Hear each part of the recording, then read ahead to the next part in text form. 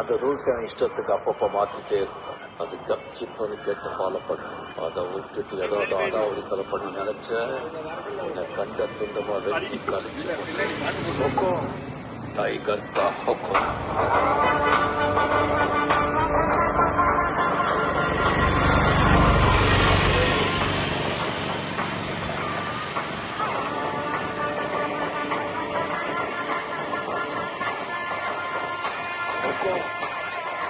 tiger